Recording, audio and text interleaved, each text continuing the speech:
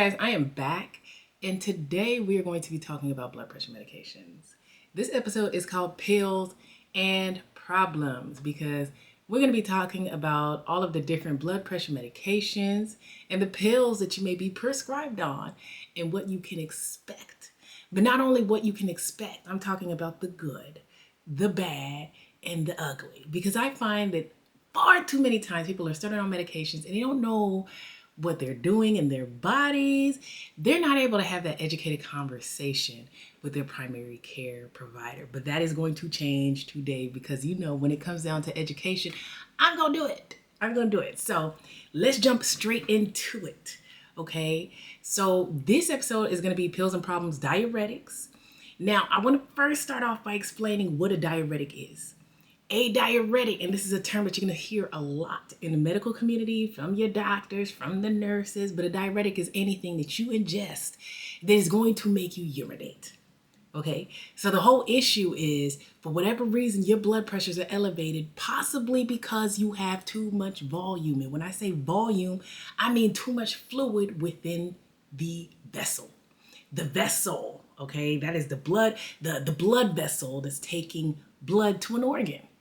Right? So you have your heart, your brain, your kidneys, all of those organs need blood at a certain pressure. But for whatever reason, you have a lot of fluid or water or volume in that vessel and it's causing your blood pressures to go up. So when those blood pressures are up, those organs are getting that pressure. That pressure is up and those volumes are getting that blood at a very high pressure and it's possibly causing damage, more than likely. So you want to reduce that pressure by reducing the volume. And we do that by giving you a diuretic so that you can pee out that extra water. Now, a lot of times, I do want to get into why you may have increased volume just real quick. And that could be because you have a lot of sodium or salt. And a lot of times I'll say water follows salt like smoke follows fire. So if you're eating a diet high in salt or you're retaining salt, this can cause more water or fluid in your vessels. And so these medications are going to counter that. Now, there are different groups. And if you see me looking down over here, I'm looking at my notes so that I can be complete in what I'm saying. Although a lot of this is in my head, I want to be complete and have a formula by how I go about this so that y'all can learn and not have to be all over the place with my brain. So there are different groups of the diuretics. And I'm going to go through each one. There's 3 key groups. You have what we call your thiazide diuretics, your loop diuretics, and your potassium-sparing diuretics. Now, this is not something that you have to memorize, but just know that there are 3 groups as I go through this. So first, I'm going to start with your thiazide diuretics. Why?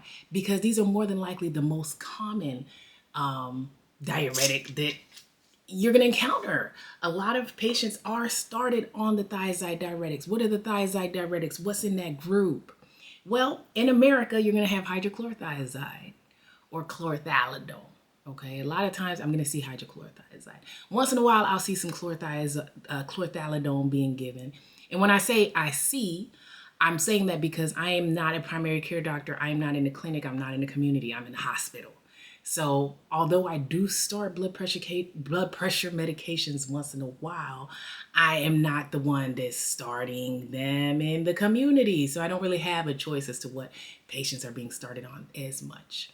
So when I'm saying what I see is because patients are coming in and this is what I'm seeing. Okay. So a lot of times I'm seeing more hydrochlorothiazide. That's a lot more common. You guys may see HCTZ. I've heard this been pronounced all different ways by my patients and my clients, but as long as you say HCTZ, a lot of times I know what you're talking about. Now, how does a medication like chlorothalidone or HCTZ work? That is a diuretic, so it's going to make you urinate. It's going to make you take off some of that extra volume. The good effect is that your blood pressure will go down. That's the good effect. I mean, yeah. And it's generally, another good thing is that it's generally well tolerated by a lot of people. That's why it's the first choice For many, you don't have to worry about a lot of side effects. I mean, that's good. It pairs well with other medications. You don't have to worry about drug interactions a lot of times with hydrochlorothiazide, excuse me. But there are a few things that you will have to worry about. Let's get into some of the bad effects. Now, these are not horrible effects, but there are some things that you can expect with a medication like HCTZ. Number one, increase urination. Okay, you're taking a diuretic, you're going to urinate a lot more. A lot of patients may not expect this. You know, a lot of times as physicians, we're starting these medications because we want these effects, but we're not always explaining what's going to happen once you leave this medication, once you leave this clinic and start this pill, right? So you're going to pee a lot. I've had patients say, like, I'm peeing like a racehorse. Yes, that's the goal. I need that fluid off. So that being said, because the side effect or the effect is increased urination, make sure this is usually a once a day medication that you're taking it in the morning, right? You can take it at night if you're okay with waking up, but I don't want you waking up all through the night. I mean, that can increase your blood pressure. I need you to have a nice, smooth, and good sleep. So take it once a day, especially in the morning time when you have the ability to get to the bathroom. And a lot of times what I say is this increased urination is going to be very frequent, usually when you initially start the medication. It can taper off with time as your body starts to adjust. So, you know, if you take it day one, day two, and you notice that you're going back and forth to the bathroom, you know, give it a little bit of time before completely quitting the medication and throwing in the towel. It may take a few weeks for your body to kind of adjust and figure it out. Another effect that you may have with the HCTZ, chlorthalidone, hydrochlorothiazide, is that your uric acid may go up. Why do I say that? Because that's important with gout. So people who are on these medications may have gout flares because of this medication. And a lot of times, you know, you may be experiencing this pain, this gout flare, and you may not know what it is. Or you may not be communicating that to your doctor. Or between the both of y'all, you know, maybe you guys aren't putting it two and two together. So if you're having increased gout flares, it's a good time to bring this up to your provider and say, hey, could this be the medication? Because I know that this may be a side effect. Also, pancreatitis. That's when your pancreas becomes inflamed and it causes pain. The pain feels like it's in the middle of your stomach. It radiates to your back. It causes some back pain, and it can be worse when you eat. This is I wouldn't call it a side effect. I would say it's a bad effect from this medication.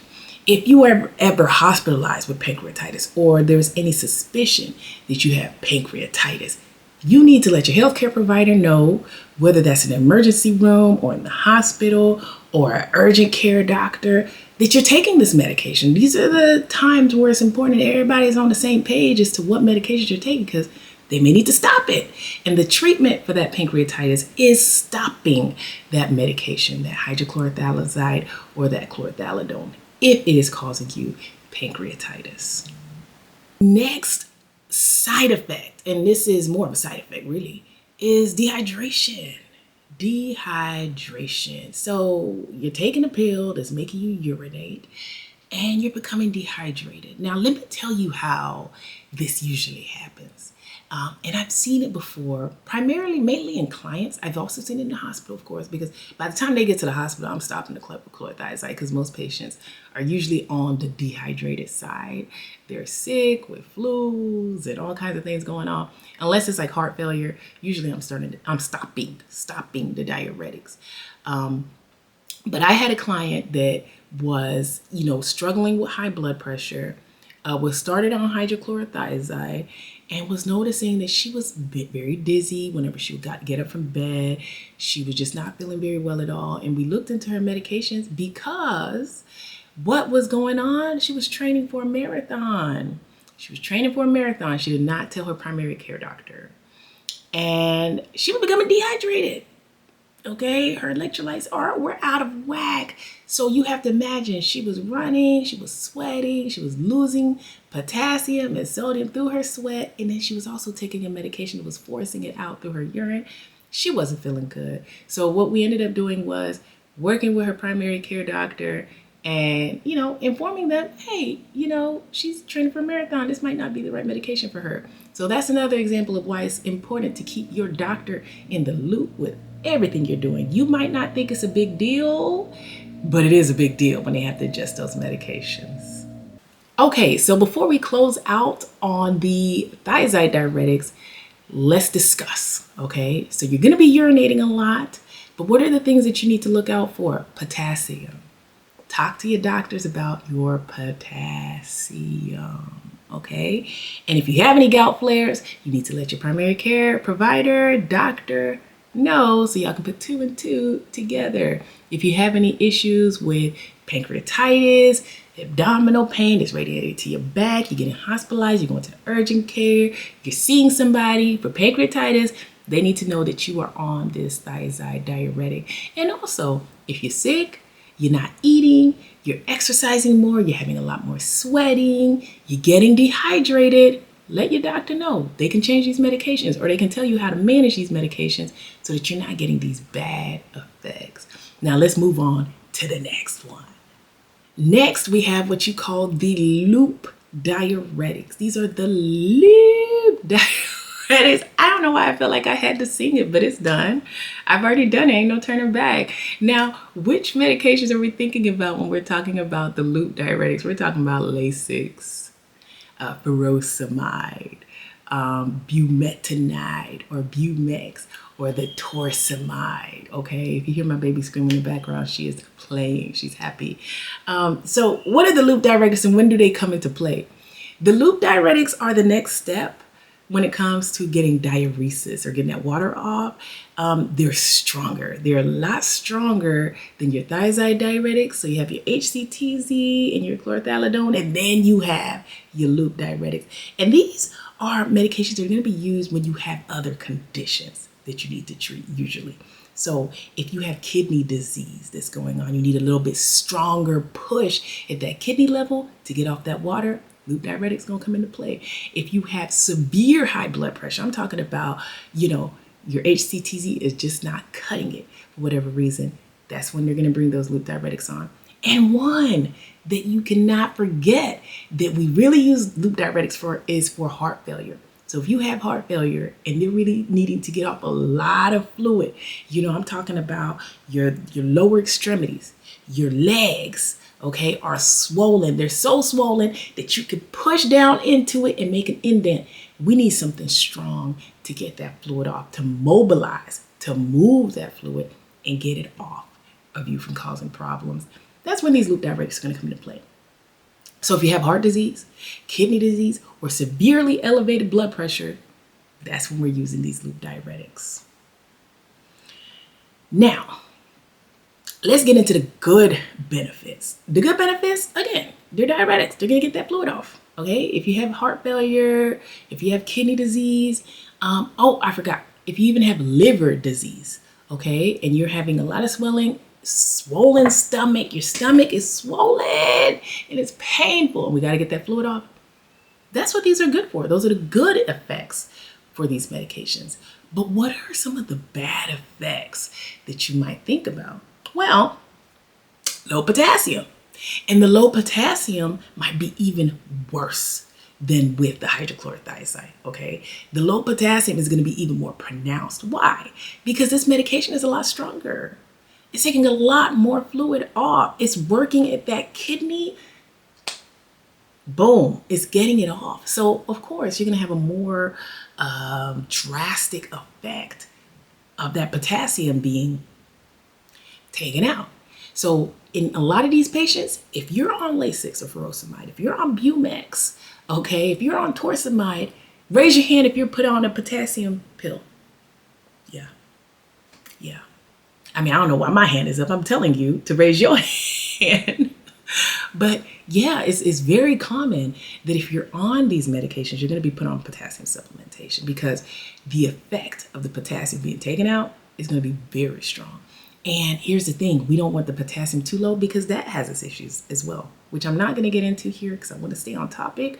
But your doctor is working really hard to keep your potassium within range. Now, if you're not on the potassium supplements or the potassium pills, what are you going to be feeling? Those cramps. You're going to be feeling cramps. You're going to be feeling sluggish. You're going to be feeling all kinds of muscle ailments and things like that. That's going to be telling you that that potassium level is low.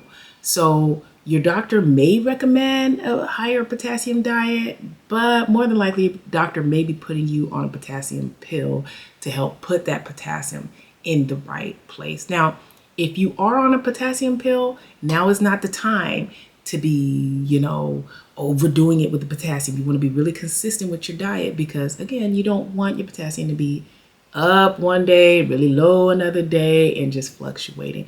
You want things relatively stable. Another side effect is dehydration. Because this is taking off so much fluid, you're going to have a lot more dehydration than with your hydrochlorothiazide. Now, we were talking about my client that was running the marathon and she was having those symptoms. She would have had those symptoms a lot earlier on if she were on, like a furosemide or a Lasix, because again, that's taking off a lot of fluid. I've seen Lasix take off pounds, 10, 20 pounds of fluid within days. Okay, this stuff can get strong, especially when you're in the hospital and we're doing IV. Now, speaking of being in the hospital and getting IV diuretics, you can also have hearing loss. Okay, so this is for my hospitalized patients, just a little nugget here. So if you're in the hospital and they're using a lot of Lasix through the IV for a long amount of time and you start to have some problems with your hearing, speak up and let them know that, hey, I heard that this could be a side effect, this could be a bad effect from this medication. So everybody could, be on the same page with that because no one can hear for you. I can't hear for you. Like I can put my stethoscope on you and hear you, but I can't hear for you. So if you're having any problems with hearing or any issues, please speak up. And if your family member complains and you happen to be visiting, let the doctor know. This is why it's good to be on the same page and voice all concerns. Another effect is the frequent urination. I already kind of touched on this with the thiazide diuretics, but with the loop diuretic, what's going on with my speaking? With the loop diuretics, it may be a little bit more pronounced. So here especially is going to be important to maybe adjust the timing of the day that you're taking this medication, okay? So a lot of times Lasix and some of these medications are twice a day. I've seen some people take, one dose, at 8 a.m. and the next dose at 3 p.m. They want to take it a little earlier just so they can get that effect. Just work with your doctor and see. I've seen some of these medications taken every 8 hours, every 12 hours. If you notice that you're taking your first pill at 10 and your next pill at 10, see what you can do to see if you can move that up so you can get better sleep. I mean, maybe that's the reason you're taking it at 10 a.m. because you're trying to sleep in from all of the running to the bathroom that you're doing. But there are different ways. If you sit down with your doctor, they can work it out with you and come up to you guys can come up to a good place where y'all are agreeing and you're getting some of that fluid off. But they're also, getting their needs met as far as treating you. Okay, so it doesn't have to be stuck in stone. Lastly, if you have kidney disease, now I know I said that this medication is often used in kidney disease, but another thing is if you have kidney disease, you need to proceed with caution. And I'm pretty sure your provider is proceeding with caution, but you have to keep them up to date on anything that you may be feeling. If you're taking Lasix and all of a sudden you notice that you're taking the same amount, you're getting dehydrated. When you're urinating, your urine is dark. It's not that much. You're not having much urination through the day like you used to. Ding, ding, ding. Call your primary care provider. Call your doctor. Call your heart doctor, your liver doctor, your gastroenterologist, your stomach doctor. Whoever has put you on this medication, and please let them know that something is amiss, because a lot of times with these medications, especially the loop diuretics, you can get so dehydrated that it's putting you into kidney failure. And if you already have some kidney problems to begin with, you do not want to mess with this medication on its bad side, okay? So Two-way conversation. Communicate with your provider. Let them know what's going on so that they can adjust and make some changes and keep you safe. Because the last thing you want to do is be taking a medication. You know, one thing I always say is these medications are going to do what they're going to do. They understand the assignment and they're going to carry it out without checking in with nobody. Okay. So if it's pee time, if it's urination time, that's going to be the time it is. Anytime you put this pill in your mouth.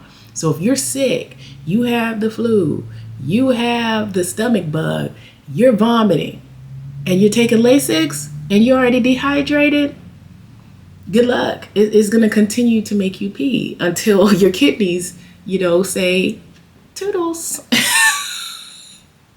You don't want your kidneys to say toodles because they will tap out. So please let your doctors know what's going on. Okay, potassium-sparing diuretics. Now, these are kind of like almost like a last line, but doctors will employ them for different reasons. Now, alone, these medications are not very strong. So remember we said that the hydrochlorothiazide was like the entry level, then the loop diuretic was the where is my tongue? The loop diuretic was the the Hulk is coming in, boom, boom, boom, getting all that fluid out. The potassium-sparing diuretics, they're mild, okay? They're not even as strong really as the hydrochlorothiazide, but because they have their own niche of specialty, they're very useful. So what are the potassium-sparing diuretics? You have your spironolactone, your eplerenone, triamterene, and your amiloride. Now, the one I'm going to really just focus in is on the spironolactone. If you hear me say that a lot, that's because it's a very common one, but I listed them all for you. So if you're on any of these, they're going to work in a similar fashion. Now, these medications are not just used with like just the diuresis. They're used in different ways, but I'm going to get to that. First, let me talk about why they're used. We call them potassium-sparing diuretics because a lot of times your diuretics are going to be moving the sodium out, but the potassium goes out with it, which is why I was always harping on low potassium, low potassium, low potassium. But this medication will counter that. This is going to block your potassium from going out. So your sodium's going to go out, but your potassium's going to stay. And that's good. We like that. So sometimes we'll see patients that are having very severe low potassium, but they still need that water out.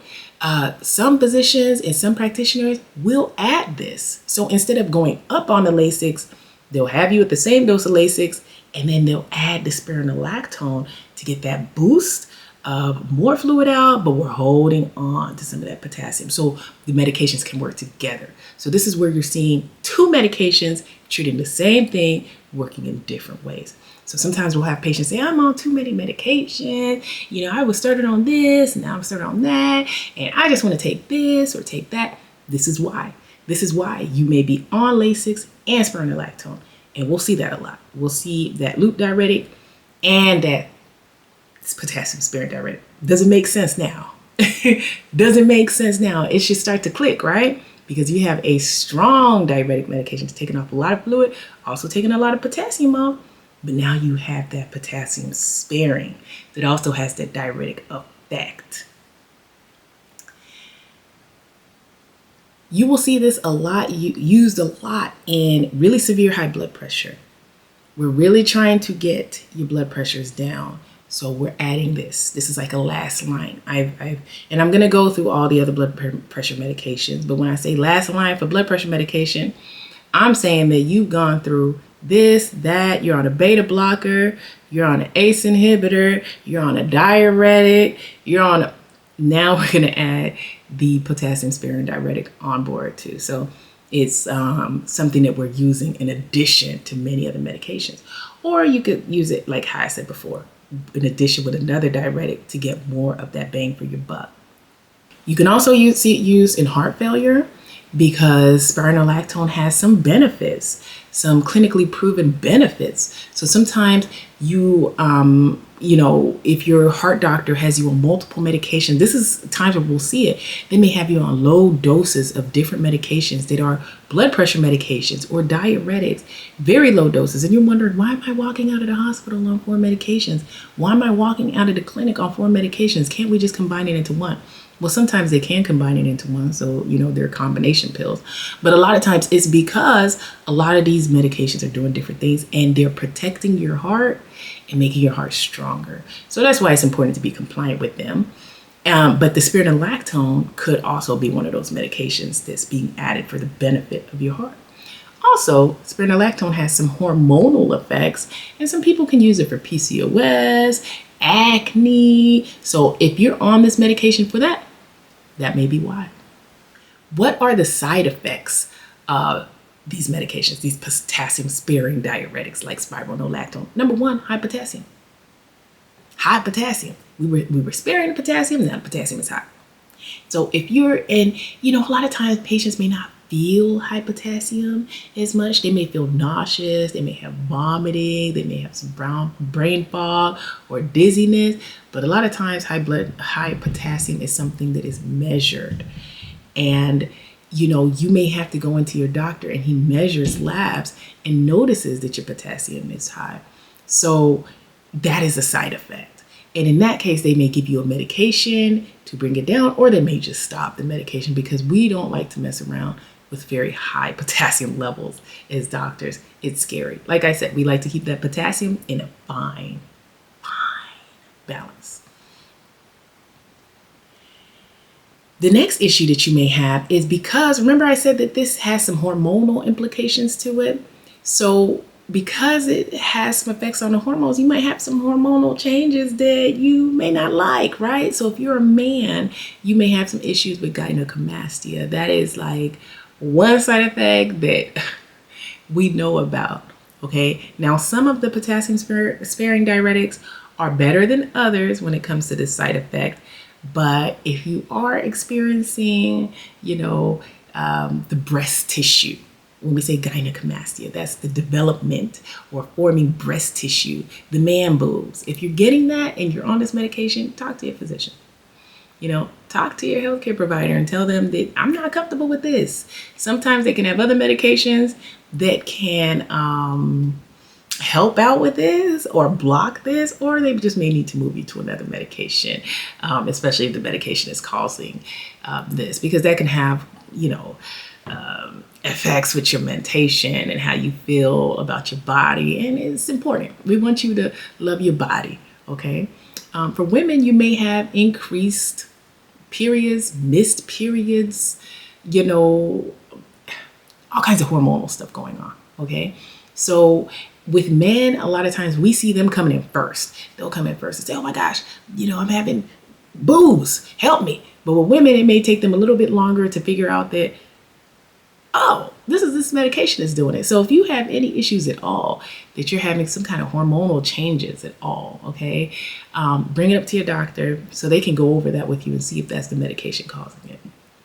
And like with most medications that are diuretics or causing you to urinate, you may have dizziness, you may have dehydration, and it may not be as bad with just spironolactone, but if you're taking spironolactone and other medications like Lasix, the dehydration might be severe. So please keep your doctor in the loop. If you're feeling like when you stand up, you get a little dizzy, we don't want you to fall and hit your head. We don't want your kidneys affected. So remember that when it comes to these diuretics or these water pills, we need to know if you're dehydrated. We need to know if you're dizzy. We need to know if you're cramping. We need to know if you're training for a marathon. We need to know if you're sweating more. We need to know if you stopped eating. We need to know if you're going on a water fast. We need to know. Keep your doctors in the loop. Keep your doctors in the loop. And I want you guys to stay educated. And I want you guys to stay knowledgeable so you can have these conversations and get the best care possible. But that's all I have for this episode today. Next, we will be talking about the next class of medications. And we're going to go from class to class. And we're going to get all your questions answered so you can know what to do if you're ever on these medications. All right. Toodles.